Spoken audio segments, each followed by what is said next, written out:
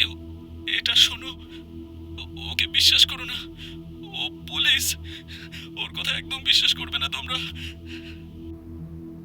Recording হঠাৎ শেষ। অরিন্দম থমকে গেলেন। ও পুলিশ, এখানে ও কাকে বলা হয়েছে? থানায় ফিরে তিনি পুরনো তদন্তকারী অফিসারদের তালিকা বের করলেন।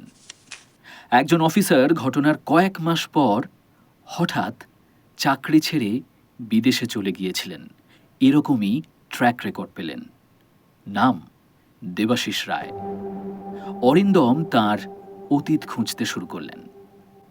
জানতে পারলেন দেবাশিসের বিরুদ্ধে একাধিক ঘুষের অভিযোগ ছিল, কিন্তু কোনোটাই প্রমাণিত হয়নি। ঠিক তখনই অরিন্দমের মোবাইলে একটা অজানা নম্বর থেকে মেসেজ এলো। সত্যি জানতে চাইলে আজ রাত 12টায় পুরনো প্রেসে এসো, একা আসবে। রাত ঠিক 12টা। অরিন্দম আবার সেই প্রেসে। চারদিক অন্ধকার।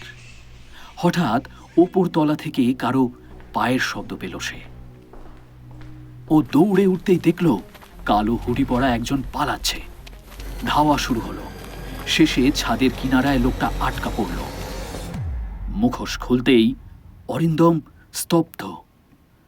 লোকটা দেবাশিস নয়, বনলতার ছোট ভাই ঋত্বিক। সে কাঁদতে কাঁদতে বলল, ছেড়ে দাও আমায়, আমি ভূতের ফোন করিনি, আমি শুধু সবাইকে আবার এই কেসটার কথা মনে করাতে চেয়েছিলাম, কারণ আমার দিদিকে যে মেরেছে সে এখনো পুলিশের মধ্যেই আছে।